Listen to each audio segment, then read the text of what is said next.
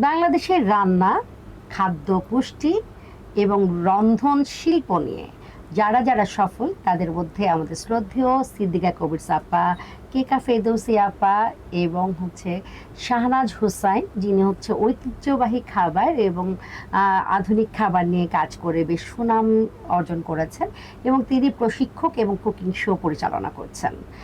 আরও আছেন শিরিন আক্তার, তিনি বিভিন্ন প্রশিক্ষণ দিয়ে থাকেন এবং রান্নার ক্লাস করেন, তিনি বেশ জনপ্রিয়তা অর্জন করেছেন।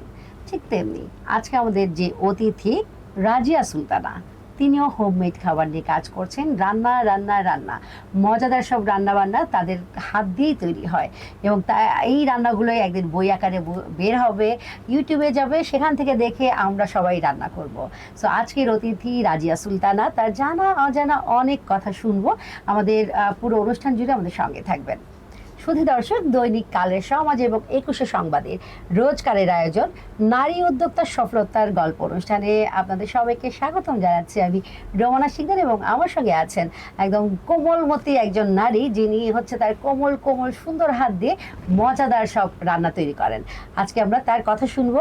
তিনি হলেন রাজিয়া সুলতানা। আপু, আসসালামু আলাইকুম। ওয়ালাইকুম আসসালাম। আপু কেমন আছেন? আলহামদুলিল্লাহ ভালো আছি, আপনি কেমন আছেন? ভালো আছি আলহামদুলিল্লাহ। আপু, আমি তো আমার মতো করে ছোট করে বললাম, আপনি একটু আপনার নাম এবং আপনি কি নিয়ে কাজ করছেন ওটা একটু আমার দর্শকদের বলবেন। জি, আমার দিকে তাকিয়ে। জি, আমি রাজিয়া সুলতানা। আমি 2020 সাল থেকে কাজ করছি অনলাইন জগতে। আমার পেজের নাম হচ্ছে রাজিয়াস ফুড প্যালেস, আর কেক ও ডেজার্টের জন্য রাজিয়াস কেক হাউস। এই দুইটা পেজ আমি একই সাথে চলমান রাখছি। আলহামদুলিল্লাহ ভালো চলছে। শুরুর দিকটা অতটা ভালো ছিল না, যদিও প্রথম ছিলাম কিভাবে কি করব বা কিভাবে সেল করতে হয়, কাস্টমারের সাথে কিভাবে কথা বলতে হয়, এসব খুব একটা নলেজ ছিল না।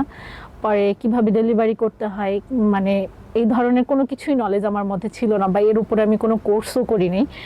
তো যখন আস্তে আস্তে সব কিছু দেখলাম, জানলাম, অনেক কিছু শিখলাম, নেট গুগল সার্চ করে এগুলো বিষয়গুলো আমি বের করছি যে কিভাবে কি করলে ভালো হয়, আমি একজন সফল উদ্যোক্তা হতে পারবো, কিভাবে আমি আমার কাজটাকে গ্রো করতে পারবো। তো ওইভাবে আস্তে আস্তে একটু একটু করে আগানো। এই আপু আমার পরিচয়। এখন সবাই আমাকে মানে খাবারের রানী বলেও বলে কেউ, অনেকে। কিছু কিছু খেতাব অলরেডি পেয়ে গেছি। আচ্ছা আচ্ছা, চমৎকার চমৎকার। যে এতটুকু একটা মানুষ খাবারের রানী, বুঝতেই পারছেন, তার মানে তার রান্না সেই লেভেলের নিশ্চয়ই ভালো হয় বলে খাবারের রানী নাম উপাধি পেয়েছেন। আপু, একটু বলবেন আপনার জন্ম বেড়ে ওঠা কোথায়, এটা একটু বলবেন। আমার জন্ম ঢাকাতেই, আমার বেড়ে ওঠা আমার নানা বাড়ি সাভারে। আর এখন যেহেতু আমি একজনের গৃহিণী হয়ে গেছি, বর্তমানে আমি পুরান ঢাকা অবস্থান করছি। আমার দুইটা সন্তান আছে, দুইজনে ছেলে। আচ্ছা আপু, আমি একটু জানতে চাই, সেটা যে আমাদের সবারই একটা ক্রাইসিস আমরা ভুগি, যে আমাদের আইডেন্টিটি ক্রাইসিস, যেটা মেয়েরা বেশি ভোগে। তো আপনার কি মনে হতো যে ছোটবেলা থেকে মনে হতো যে বড় হয়ে সবাই আপনাকে নিজের নামে চিনবে, এরকম ব্যাপার ছিল? এটা ছোটবেলায় সবাই আমরা একটা কমন কথা জিজ্ঞেস করতো যে বড় হয়ে তুমি কি হতে চাও, তোমার স্বপ্ন কি? তো এই কথাটা যখনই বলতো সবাই দেখতাম ক্লাসে বলতো সবাই ডাক্তার হতে চায়। তখন দেখা গেছে আমি খুব ছোট ছিলাম, তো আমি মজার ছলে যখন স্যার আমাকে জিজ্ঞেস করতাম, মজার ছলে বলতাম যে আমি রোগী হতে চাই। বলে সবাই তো ডাক্তার হতে চায়, তুমি কেন রোগী হতে চাও? স্যার এতগুলো ডাক্তারের মাঝে যদি একজন রোগী না থাকে তারা কিভাবে পেশেন্ট দেখবে? তো এটা একটা মজার, সেরকম মানে তখন থেকে আপনার সেন্স অফ হিউমার খুব ভালো, বুঝতেই পারছি। পরে দেখা গেছে আস্তে আস্তে যখন বড় হয়েছি, নিজের মধ্যে একটা অন্যরকম ফিল হচ্ছে যে না, আমিও একটা স্বপ্ন দেখবো, কিছু একটা হব, বড় কিছু হব। তখন অনেক ধরনের পরিকল্পনা হতো। আমি খুব অল্প বয়সে অনেক লম্বা হয়ে গেছিলাম, তো এটার জন্য অনেকে মনে করতো আমি মনে হয় অনেক লম্বা হব, তো ভাবতো যে আমি পুলিশ বা আর্মি এই টাইপের কিছু হব। তো মানুষের মুখে শুনতে শুনতে না আমার ভেতরে এই জিনিসটা খুব কাজ করছে যে হ্যাঁ আমি আর্মি হব। চমৎকার। তো আর্মি হব এটা ভেবে মানে অনেক বছরই ছিলাম, প্রায় 3-4 বছর মনে হয় এই স্বপ্নেই আমি ঘুরেছিলাম যে আমি একদিন আর্মি হব। কিন্তু সব স্বপ্ন তার পূরণ হয় না, তো ওইটা আর হয়নি। গ্রোথ ওই পর্যন্তই আমার স্টপ হয়ে গেছে। মানুষের হয়তো একটু বদনজর লেগে গেছে, আমি আর গ্রো করিনি। কমপ্লিট খাওয়া হয়নি, হরলিক্স খাওয়া হয়নি। আচ্ছা, মজা পেলাম। তার মানে হচ্ছে আপুর ছোটবেলা থেকে একটা ব্যাপার ছিল যে বড় হয়ে তাকে সবাই নিজ নামে চিনবে, যেটা আমরা সবাই চাই। আপু এখন একটু জানতে চাই যে আপনি এত কিছু থাকতে উদ্যোক্তা জীবন আপনি কেন খাবারটাকে বেছে নিলেন? হ্যাঁ, এটা খুব ভালো একটা প্রশ্ন। আমি এত কিছু থাকতে কেন এটা নিয়েছিলাম, আমার শুরুর বিজনেসটা এটা ছিল না, মানে খাবার নিয়ে আমি কাজটা শুরু করিনি। শুরুর কাজটা ছিল আমার আর্টিফিশিয়াল যে হলুদের গহনাগুলো এইগুলো, আর হচ্ছে ওই হার্বাল হেয়ার অয়েল। এটা খুব জনপ্রিয় ছিল একটা সময়, এখন যদিও কতটা নেই। তো এটা আমি আমার নিজের জন্য তৈরি করা হয়েছিল, যেহেতু আমি মানে বেবি হয়েছে, তো আমার প্রচুর হেয়ার ফল হচ্ছে, তো কি করব, পরে ভাবলাম যে নিজে একটা কিছু তৈরি করি। পরে আমার জন্য কিছু হার্বস এই টাইপের কিছু দিয়ে একটা নর্মাল তেল তৈরি করি। তো মাশাআল্লাহ এটা দিয়ে আমি খুব বেনিফিট পাই। আচ্ছা, তো আমার দেখা দেখে আমার ছোট বোন এটা আবার ওর এক ফ্রেন্ডকে সাজেস্ট করে যে আমার আপুর এই তেলটা তুমি দিয়ে দেখো। তো ফার্স্ট ওই হচ্ছে আমার সেলিংটি স্টার্ট করে। আচ্ছা, আচ্ছা। তো ও নিয়ে গেছে ওর ফ্রেন্ডকে দেওয়ার জন্য, ওর ফ্রেন্ড এটা দেওয়ার পর সেও খুব উপকার পায়। পরে কলেজ থেকে অনেকগুলো অর্ডার আসে, মানে আমার বোনের কলেজ থেকে। আচ্ছা, তো ওই থেকে আমার ওই হার্বাল হেয়ার অয়েলের বিজনেসটা স্টার্ট হয়। এরপরে হচ্ছে দেখা গেছে করোনার সময় যেহেতু 2020 সালে করোনা বাংলাদেশে মানে অনেক খারাপ একটা ভয়াবহ আকার ধারণ করছে, খারাপ একটা পরিস্থিতি ছিল। তো এটার সময় আমিও খুব মানে হতাশ হয়ে গেছিলাম যে হঠাৎ করে আমার বিজনেসটা না ডাউন হয়ে যায়। আচ্ছা, মানে অনলাইনে খুব একটা মানুষ শপিং করতো না ওই সময়, যেহেতু দেশের পরিস্থিতিটা ভালো ছিল না। পরে হঠাৎ করে মাথায় আসলো যে আমি তো খুব ভালো রান্না করি। তো আমার হাজব্যান্ডের সাথে এটা শেয়ার করলাম। তো সে ওই সময় মানে একটু রাজি হয়নি যে ভাত বিক্রি করবে, মানুষজন কি বলবে। তো এটা খুব আমার কাছে ওই সময় মজাও লাগছে, আবার একটু শুনতে খারাপও লাগছে যে ভাত বিক্রি করবে, এটা কেন বললো সে, মানে একটু টেনশনে পড়ে গেছে। পরে আস্তে আস্তে শুরু করলাম, মানে খাবারের ছবি টবি তুলতাম রান্না করার পরে পরিবেশন করে। তো একটু একটু করে ফেসবুকে ছাড়তাম। প্রথম খুব একটা অর্ডার আসতো না, মানে মানুষজন জিজ্ঞেস করতো যে এটা কি, মানে বোঝা যাচ্ছে না। পরে ছবিটা ক্লিয়ার করে তোলার চেষ্টা করলাম একটু, তখন ফটোগ্রাফারও হয়ে গেলাম আস্তে আস্তে। মানে উদ্যোক্তা জীবনে মানে একটা জিনিস শিখলে আপনাকে হবে না, শিখতে গেলে অনেক কিছু শিখতে হয়, এটা আমি নিজে ফিল করছি উদ্যোক্তা হওয়ার পর। অনেকটা চলচ্চিত্রের নায়িকা হওয়ার মতো, নায়িকাদের অনেক কিছু হতে হয়, উদ্যোক্তা হতে গেলেও আপনাকে অনেক কিছু হতে হয়। তারপর ওইভাবে স্টার্ট করা হয়। পরে আস্তে আস্তে বিভিন্ন যে খাবারের গ্রুপ থাকে সেসব গ্রুপের সাথে আমি যুক্ত হই, তাদের সাথে পরিচয় বাড়াই। বুঝতে পারলাম তখন যে আগে আমার পরিচয় বাড়াতে হবে, তারপর আমার কাজের সম্পর্কে তাদেরকে জানাতে হবে। তো এইভাবে আস্তে আস্তে করে সবাই আমার কাজ সম্পর্কে জানলো যে আমি খাবারের উদ্যোক্তা, খাবার নিয়ে কাজ করি। আচ্ছা, আচ্ছা। আর আপনার হচ্ছে যে আমি ওটা একটু জানতে চাই, যেটা আপনি বললেন যে আপনার প্রথম মানে উদ্যোক্তা ছিল হচ্ছে আর্টিফিশিয়াল অর্নামেন্টস, হলুদের এবং হচ্ছে তেল।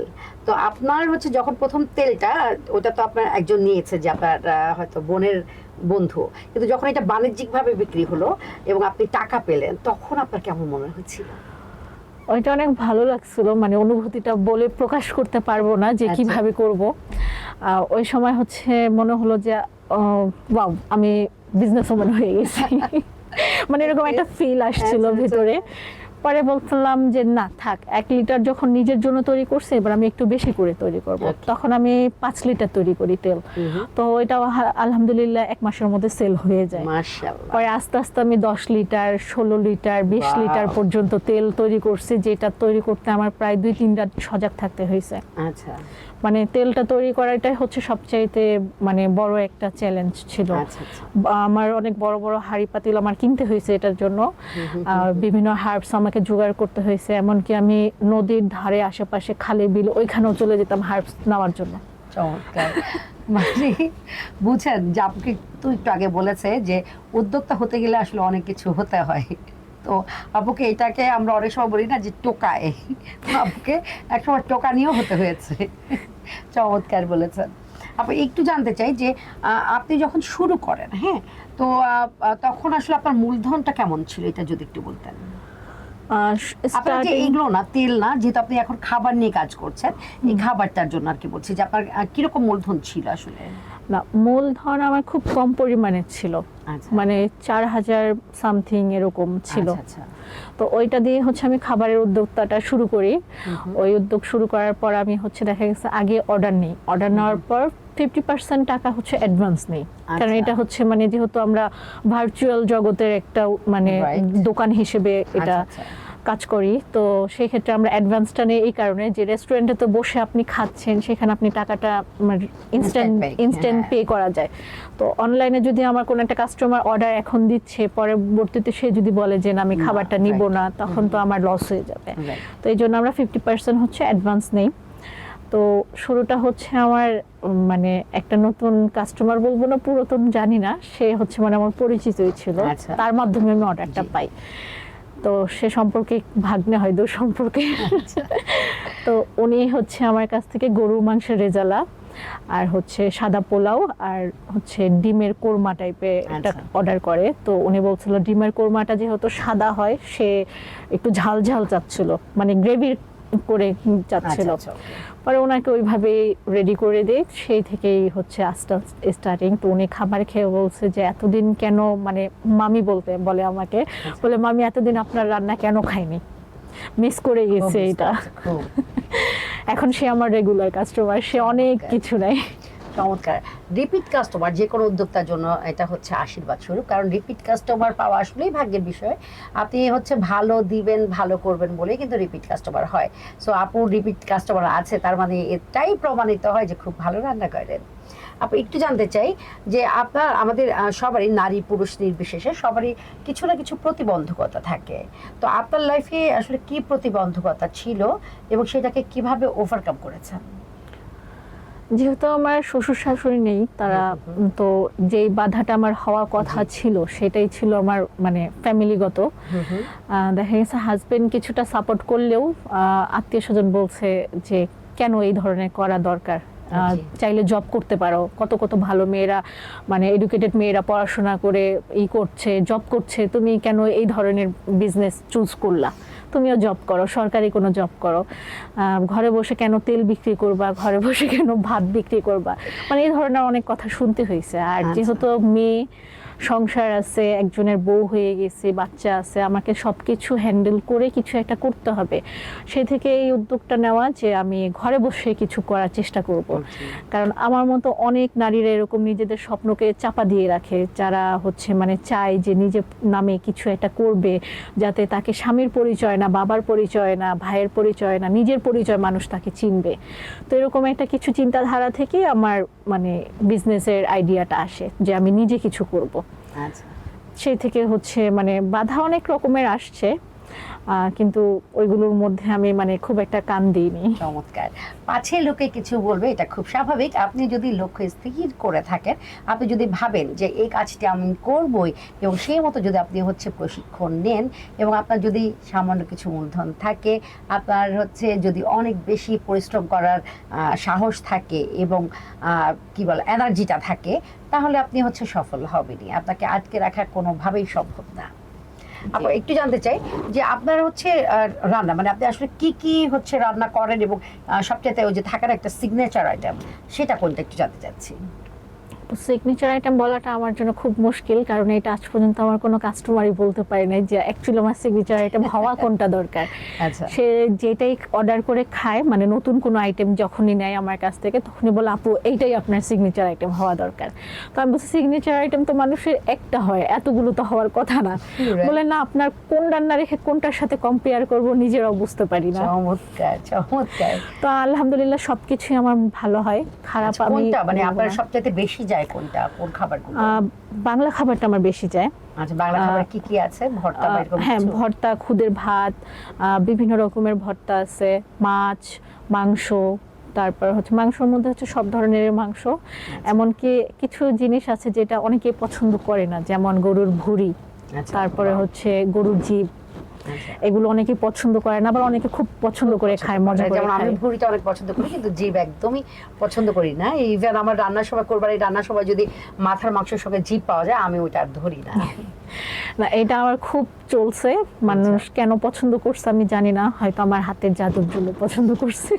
আপু একটু দেখি আপনার কোন হাতে জাদু, আমি একটু দেখতে চাই। আপুর হাতে জাদু আছে, চমৎকার। আচ্ছা আপু একটু জানতে চাই, সেটা হচ্ছে যে আপনি বাংলা খাবার ছাড়া আর কি কি খাবার পারেন, বা আপনি আপনার যায় এরকম? জি আপু, আমি বাংলা খাবার ছাড়া আরো অনেক ধরনের রান্না পারি, যেমন দেশি বিদেশি তো আইটেম, আমার এটাই হচ্ছে আমার মানে কাজ করা। জি। আপনার থাই আইটেম, চাইনিজ আইটেম, তারপর হচ্ছে আপনার অ্যারাবিয়ান আইটেম, তারপর জাপানি কুইজিন গুলো যেগুলো আছে, মানে বাইরের কুইজিন আইটেম অনেক কিছুই পারি। এখন সের মধ্যে দেখা যায় আমি অনেক সময় ওই দেখা যায় কোনো একটা মানে মেন রেসিপিটাকে আমি আমার নিজের মতন করে করে ওর মধ্যে এক্সট্রা কিছু অ্যাড করে চেঞ্জ করে ফেলি, মানে বাংলাদেশে মিক্স করে ফেলি, তো ওইটাও একটা অন্যরকম স্বাদ চলে আসে।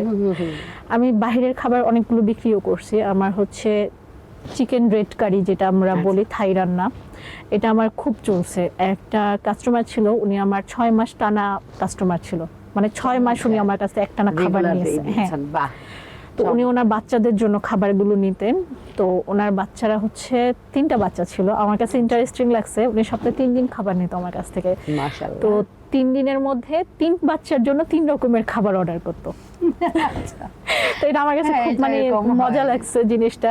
দেখে ওনার একটা বাচ্চা রোস্ট পছন্দ করে, তো আমার রোস্ট খাওয়ার পর বলতেছে আপনার রোস্ট আমার বাচ্চা খুব পছন্দ করছে, আপনাকে আমি প্রতি মাসে একটা মেনু হিসেবে করে দিব। উনি আমাকে ওই মেনুর মধ্যে ওনার 3 বাচ্চার আলাদা আলাদা মানে পছন্দটা লিখে দিত। চমৎকার। তার মানে বুঝতে পারছি যে আপনি হচ্ছে কাস্টমাইজ করে খাবার দিন। হ্যাঁ, কাস্টমাইজ করে খাবারটা দিই। চমৎকার। আমার কাছে এটা খুব বেশি ভালো লাগে, যে সকল পেজ বা যে সকল খাবার নিয়ে কাজ করে আপুরা আমাদের হচ্ছে কাস্টমাইজ করে খাবার দেয়, আমার তাদের খুবই পছন্দ। শুধু আমার না, আমার মনে হয় সবারই পছন্দ, কারণ আমাদের এখানে অনেক রোগী থাকে বা খুব বেশি স্বাস্থ্য সচেতন মানুষ যারা থাকে, তারা তেলটা অ্যাভয়েড করতে চান, বাটার দিয়ে বা হচ্ছে অলিভ অয়েল দিয়ে খাবার করেন, বা হচ্ছে অনেক পেশেন্ট থাকে যারা একদমই মশলা ছাড়া তেল ছাড়া খাবার নেন। সো এই ব্যাপারগুলো থাকার কারণে হয় না, ধরেন আপনারা যখন রেস্টুরেন্টে যাবেন আপনাদের এই সুবিধাগুলো দেওয়া হয় না, কিন্তু যখন একজন উদ্যোক্তার কাছে যান বা এরকম রান্না করেন এরকম আপুদের কাছে, আমার মনে হয় যে তারা খুব ভালো এটা প্রোভাইড করতে পারে। এবং আমার মনে হয় যে রাজিয়াস ফুড প্যালেস এবং রাজিয়াস কেক, আপনারা হচ্ছে ডেজার্ট নাকি কেক আপু? ডেজার্ট কেক দুইটাই আছে। না না, আপনার পেজের নামটা? ও, রাজিয়াস কেক হাউস। রাজিয়াস কেক হাউস এবং রাজিয়াস ফুড প্যালেস, আপনারা এই দুটো পেজে হচ্ছে যদি একটু ভিজিট করেন, আপনি সেখানে আপুর মজাদার মজাদার ছবি এবং সেগুলোর হচ্ছে রেসিপি কি দেন আপু? আর রেসিপি বিভিন্ন কম্পিটিশনে আমি মানে অ্যাটেন্ড করি, সেগুলো না, আপনার হচ্ছে পেজে কি থাকে? না, পেজে থাকে না। আচ্ছা, পেজে থাকে না, কিন্তু আপনারা এখান থেকে ছবি এবং ভিডিও পেয়ে যাবেন, এবং আপনারা সেই পেজ থেকে যদি অর্ডার করেন আপু কিন্তু আপনাদের কাস্টমাইজ করে খাবার দেওয়ার একটা সুবিধা আপনাদের দেওয়া হবে। সো আপনারা কিন্তু রাজিয়াস ফুড প্যালেস এবং রাজিয়াস কেক হাউস আপনারা এই দুটো পেজে কিন্তু আপনারা হচ্ছে নক দিতে পারেন। আমি একটু বলতে চাই, আপনি যে কিছুক্ষণ আগে বললেন যে কাস্টমাইজ খাবার, তেল মশলা কম দিয়ে, নরমালি আমি নিজে খুব কম তেল মশলা খাই, তো আমার এই রান্নাটার জন্য মানুষ ওনারা মানে খুব পছন্দ করে যে আপনি অনেক তেল কম মশলা দিয়ে কিভাবে এত মজা করে রান্না করেন।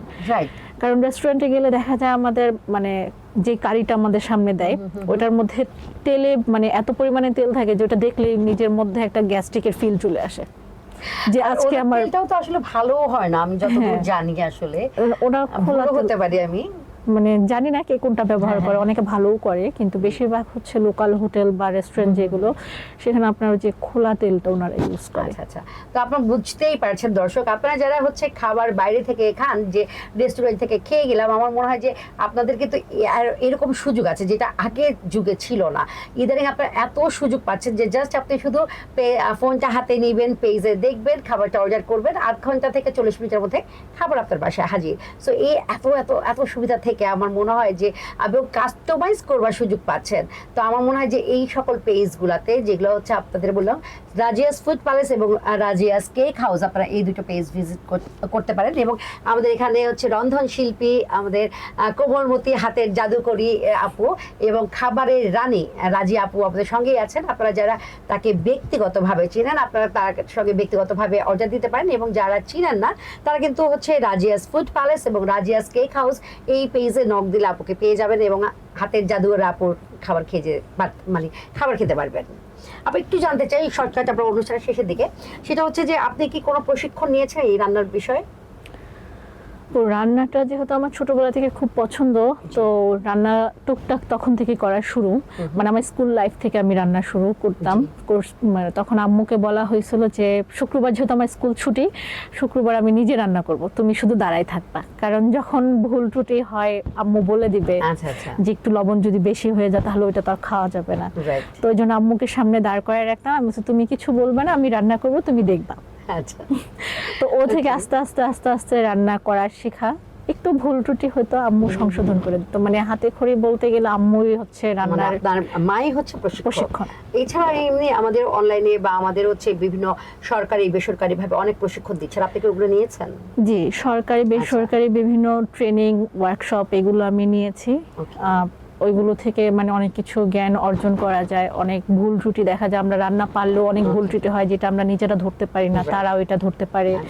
তো সেগুলো হচ্ছে শুধরানোর চেষ্টা করার মানে একটা এই ছিল, আবেগ ছিল নিজের মধ্যে যে না আমি এটা করব। আচ্ছা আচ্ছা। তো ওইভাবে হচ্ছে বিভিন্ন ওয়ার্কশপ ট্রেনিং এগুলো করা হয়েছে, সার্টিফিকেট মেডেল এগুলো আছে। তার মানে আপনি বলতে চান যে নতুন যারা কাজ করবেন বা রান্না নিয়ে যারা কাজ করতে চান তাদের প্রশিক্ষণের আসলে বিকল্প কিছু নেই। জি আপু। আচ্ছা আপু, আমি শুনেছিলাম আপনি একটা প্রতিযোগিতায় সম্ভবত অংশগ্রহণ করেছেন এবং সেখানে চ্যাম্পিয়ন হয়েছেন, ওই ব্যাপারটা ছোট্ট করে যদি একটু বলেন। জি আপু, রিসেন্ট এটা হয়েছে 27 জুন, মানে গত মাসে। তো ওইখানে হচ্ছে আমার একটা কম্পিটিশন আমি অ্যাটেন্ড করি, যেখানে হচ্ছে আমাদের একটা থিম ছিল মাংস, সবজি আর হচ্ছে সিজনাল ফল দিয়ে হচ্ছে কোনো আচার তৈরি করে নিয়ে যেতে হবে, টক ঝাল মিষ্টি, মানে ওনারা থিমটা তৈরি করে দিয়েছে। তো ওইভাবে আমি ওইভাবে নিয়ে যাই। তা আমার প্রেজেন্টেশন থেকে শুরু করে আমার সার্ভিং, আমার হাইজেনিং মেনটেন করে সব কিছু। আর আমার সবচেয়ে বেশি ভালো লাগছে তাদের কাছে আমার ইউনিক আইডিয়াটা, কারণ আমি মাংসের আচার তো সবাই কম বেশি আমরা টেস্ট করেছি বা শুনেছি যে মাংসের আচার হয়, কিন্তু কাঁচা কাঁঠালের আচার আর হচ্ছে সবজির মধ্যে করলা, যেটা কেউ পছন্দ করে না, মানে অনেকেই পছন্দ করে না, তো ওইটা দিয়ে হচ্ছে আমি আচার তৈরি করে নিয়ে যাই। তো এটা হচ্ছে বিচারকদের খুব ভালো লাগে, তাদের কাছে টেস্টও ভালো লাগে। তো সেই হিসেবে দেখা গেছে যে আমি নিজেও জানতাম না যে কে হবে এখানে, সবাই ফার্স্ট হতে গেছি, আমরা সবাই আমরা প্রতিযোগিতা ছিলাম। তো ওর মধ্যে যখন নিজের নামটা চ্যাম্পিয়ন হিসেবে ঘোষণা হয় তখন একটু খুশিতে আত্মহারা হয়ে যায়, মানে ইমোশনাল হয়ে যায় যখন মাথায় ক্রাউন, মানে চ্যাম্পিয়নের ক্রাউন, গলায় মেডেলটা আসেন চ্যাম্পিয়ন লেখা। তো ওই জিনিসটা খুব একটা মানে অন্যরকম অনুভূতি হয়। চমৎকার, আপনারা বুঝতেই পারছেন যে প্রশিক্ষণের বিকল্প নেই। আপু কিন্তু শিখেছে তার মায়ের কাছ থেকে এবং এরপরে তার স্কিলটাকে ডেভেলপমেন্ট করবার জন্য তিনি আরও অনেক প্রশিক্ষণ করেছেন। তিনি কিন্তু বসে থাকেননি এক জায়গায় যে আমি অনেক ভালো পারি, সেরকম একটা অহংকার নিয়ে কিন্তু আপু বসে থাকেনি। সে নিত্য নতুন রান্না শিখেছেন, দেশ বিদেশের রান্না শিখেছেন এবং করেছেন, এবং তিনি কিন্তু একজন রান্নার হচ্ছে চ্যাম্পিয়ন হয়েছেন যে অনুষ্ঠানে, সেখানে গত 27শে জুনে, এবং সেখানে তিনি একদম চ্যাম্পিয়নের মুকুটটা মাথায় দিয়ে মেডেলটা বুকে জড়িয়ে খুব গর্বিত ছিলেন, বোঝাই যাচ্ছে। এখন একটু আমরা একটু অন্যদিকে চলে যাই, সেটা হচ্ছে যে আপনি এত মিষ্টি করে কথা বলেন, এত মিষ্টি একটা মানুষ, তো আপনি 2 লাইন যদি আমার দর্শকদের একটু গান শুনিয়ে দিতেন। আপু গলা ব্যথা কিছু না, এগুলো হচ্ছে অনেক দামি দামি শিল্পীরা বলা, এগুলো শুনতে চাই না। আমাদের এটা জাস্ট একটা সেগমেন্ট থাকে যে দর্শকদের একটু আনন্দ দেয়, দ্যাটস ইট। এরকম কণ্ঠ খুব ভালো হতে হবে এমন কিছু না, গান যে সঠিক হতে হবে এমন কিছু না, আপনি আপনার মনের মাধুরী মিশিয়ে আপনি একটা 2 লাইন, জাস্ট 2 লাইন। যদি এখন গলা ভালো না, বসে গেছে, আমার অলরেডি ঠান্ডা লাগছে, তাও আপুর যেহেতু বলছে আপুকে একটা গান শোনাতেই পারি, রোমান্টিক একটা গান শোনাই। কোনো অসুবিধা নেই, বেশি না আপু, 2 লাইনই কিন্তু বলবো। জি আপু। যেই দিন জেনেছে এই মন তুমি যে আমার, সেই থেকে যাচ্ছি সবই যে আমার, বেদনা মধুর হয়ে যায় তুমি যদি যাও, মুখের কথা হয় যে গান তুমি যদি গাও, মুখের কথা হয় যে গান তুমি যদি গাও, বেদনা মধুর হয়ে যায়। তুমি যদি চাও। চমৎকার চমৎকার, খুব ভালো লাগলো। যদি একটু ভুল করেছি কোনো ব্যাপার না, আমরা তো আসলে গানের শিল্পী না। সো এখানে এসছে ইনস্ট্যান্ট, এই ব্যাপারটা কিন্তু আমি একটু বলে রাখি, এই ব্যাপারটা কিন্তু হচ্ছে পূর্ব পরিকল্পিত থাকে না যে আমি কাউকে বলে দিচ্ছি, ইনস্ট্যান্ট হয়। এবং হচ্ছে আপুরা যে কতটা সাবলীল বুঝতেই পারছেন যে তারা কিন্তু হচ্ছে একদম ভরকে যান না, শুরু করে দেন। সো আপনারা এইটা নিয়ে আসলে কোনো রকম বাজে মন্তব্য করবেন না আশা করছি। আপু এবার হচ্ছে আমাদের একদম শেষের দিকে ঝটপট কিছু কথা বলেন, সেটা হচ্ছে যে অনেক সময় দেখা যায় যে ভাত, বসা ভাত আপনি বলেছিলেন, শুনেছিলাম যে বসা ভাত আপনি ছোটবেলা 6 বছর বয়স থেকে আপনি রান্না করতে পারতেন। তো এখন যেটা হয় যে মাঝে মধ্যে বসা ভাতে হয়তো পানি সামান্য বেশি হলে ওটা একটু একটু কেমন ক্যাতকাতা একটা ব্যাপার হয়, ওইটা ড্রাই করবার কোনো পদ্ধতি কি আপনি জানেন? হ্যাঁ, ওইটা ড্রাই করার একটাই মানে পুরাতন পদ্ধতি, যেটা আমাদের মানে গুণীজন বড়জন যারা ছিলেন তাদের কাছ থেকে দেখে আসছি, যে ভাতটাকে কোনো একটা মানে খোলা জায়গায় বিছিয়ে ওটার মধ্যে ট্রে হোক যাই হোক মানে কিছু একটার মধ্যে দিয়ে ফ্যানের নিচে কিছুক্ষণ রাখলে ওইটা বাতাসে মানে এক্সট্রা যে পানিটা থাকে ওইটা শুকিয়ে যায়। আচ্ছা, চমৎকার। আর আমার একটা খুব ভালো আইডিয়া আছে, যেহেতু আমি খুব ছোট থেকেই রান্না করি, আমি কখনো কোনো কিছু মেজারমেন্ট করে রান্না করি না। মানে আন্দাজে, হ্যাঁ আন্দাজে পানি, চোখের আন্দাজে, যেমন পোলাও হোক এই হোক আমার সবসময় ঝরঝরা হবে, বসা ভাত সবসময় ঝরঝরা হবে। আমি কখনো পানিটা মানে মেপে দিই না, আন্দাজে দিই। আর দর্শকদের উদ্দেশ্যে আমি একটা টিপস দিতে চাই, যেহেতু বসা ভাত নিয়ে আপু কথাটা বললেন, আর ওইটাই হচ্ছে আমার নানা আমাকে শিখিয়েছিলেন যে বসা ভাতের পানিটা কিভাবে মানে মেজারমেন্ট করা যায় কোনো কাপ কিছু ছাড়া। মানে আগের মানুষ যেহেতু সে ছিল তখন তার কাপ মেজারমেন্ট এই টাইপের কিছু ছিল না। তো সে হচ্ছে বলছিল যে যেটা তুমি চাল নিবা মানে যে পাত্রে চাল নিবা, পানিটা যখন দিবা হাতটা এইভাবে দিবা, হাতের যে আমাদের এই যে কড়িগুলো থাকে আমরা যে গুনি 1 2 3 4, এই 4 মানে 4 নাম্বার যে কড়িটা এই পর্যন্ত, হ্যাঁ এই যে এই পর্যন্ত মানে হাতটা এইভাবে পানিতে ডুবাতে হবে। এই পর্যন্ত যখন পানিটা চলে আসবে তখন মানে বোঝা যাবে যে আমার পানিটা পারফেক্ট। চমৎকার, মানে এটা হচ্ছে বসা ভাতের জন্য। চমৎকার চমৎকার, আমার মনে হলো খুব ভালো একটা টিপস পেয়ে গেলাম, যেটা হচ্ছে অনেকেই যারা স্টুডেন্ট আছেন যারা হচ্ছে প্রেসার রাইস কুকারে ভাত রান্না করেন তাদের জন্য এটা খুবই ইম্পর্টেন্ট। আপনারা হচ্ছে যারা এই পর্বটা দেখেছেন আমার মনে হয় এই টিপসটা আপনারা যদি অবলম্বন করেন তাহলে ভাত কখনো গলবে না। আচ্ছা আপু, একদম লাস্ট কোয়েশ্চেন, সেটা হচ্ছে আমাদের হচ্ছে রাজিয়া সুলতান আপু এখন বর্তমানে যে অবস্থানে আছেন, আগামী 5 বছর পর নিজেকে কোন অবস্থানে দেখতে চান? যেহেতু রান্নার জগতে আছি, নিজের নামটাকে ওইভাবে জড়াতে চাই। তো আমার ইচ্ছা আছে, যেহেতু আমার বাচ্চারা খুব ছোট, আমি তাদেরকে নিয়ে কিছু মানে খুব মানে লং টাইম কিছু করতে পারি না। তো আমার শেফ কোর্সটা করার ইচ্ছে আছে, প্রফেশন ভাবে নিজের নামের আগে শেফ নামটা দেখতে চাই সেজন্য। তো ওইটা হচ্ছে আমি করব, মানে এখন না করলে বাচ্চারা একটু বড় হোক, ওরা বুঝতে শিখুক, তখন করব। চমৎকার চমৎকার, একটা মানুষ দেখেন কত ছোট তার আশা, আমার এত ভালো লাগলো। মানে আমাদের মানুষের থাকে না আকাঙ্ক্ষা অনেক বেশি, মানুষের চাহিদা শেষ হয় না, অথচ এই মানুষটা রাজিয়া সুলতানা ওনার দেখেন আশাটা এত ছোট, আমার এত ভালো লাগলো যে ওনার নামের আগে শেফ নামটা দেখতে চায়।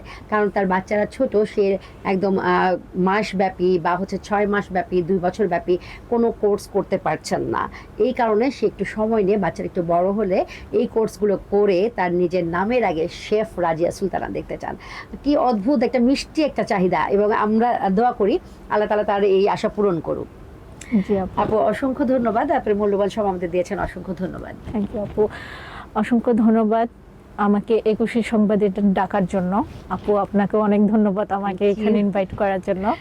আপুর সাথে কথা বলে অনেক ভালো লাগলো। তবুও দর্শকদের উদ্দেশ্যে, যেহেতু এখন আমরা শেষ সময় আছি, একটু বলতে চাই যে কোনো স্বপ্ন আসলে ছোট না, স্বপ্ন দেখবেন, স্বপ্ন পূরণের ইচ্ছাটা রাখবেন, কারণ আমাদের ধৈর্য শক্তি হচ্ছে আমাদের সবচেয়ে বড় হাতিয়ার, যেটা হারালে কখনো চলবে না। যদি হারালেন তো আপনি থেমে গেলেন, আর কখনো আগাতে পারবেন না। তো নিজেকে পুশ করতে হবে, এটাই হচ্ছে মানে সবচেয়ে বড় একটা আপনার মানে অধিকার, যে আপনি নিজেকে পুশ করেন। আপনার বাচ্চা আছে, সংসার আছে, বা আপনি সিঙ্গেল মাদার, অনেকেই থাকে সিঙ্গেল মাদার, কাজ করতে চাইলেও পারে না। তো আমাদের হচ্ছে সব কিছু সামলিয়ে এগিয়ে যেতে হবে, কারণ নিজের বলতেও একটা কিছু থাকে। চমৎকার। ডিপেন্ডেন্ট নারী হতে হলে অবশ্যই এগুলো করতে হবে। চমৎকার বলেছেন, চমৎকার, খুব ভালো লাগলো। সো দর্শক, যা দৈনিক কালের সমাজ এবং একুশের সংবাদে রোজকার আয়োজন নারী উদ্যোক্তা সফলতার গল্প অনুষ্ঠানে রাজিয়া সুলতানা আপুর এই পর্বটি আপনাদের কেমন লেগেছে, আপনারা আপনাদের মূল্যবান মতামত দিতে একদমই ভুল করবেন না। এবং আমাদের এই অনুষ্ঠানে যারা আসতে চান আপনারা কিন্তু আমাদের ইনবক্স করতে পারেন। আজকে এই পর্যন্ত, সবাই সুস্থ থাকুন, ভালো থাকুন, আমাদের সঙ্গেই থাকুন। আল্লাহ হাফিজ, আসসালামু আলাইকুম, শুভ বিকেল।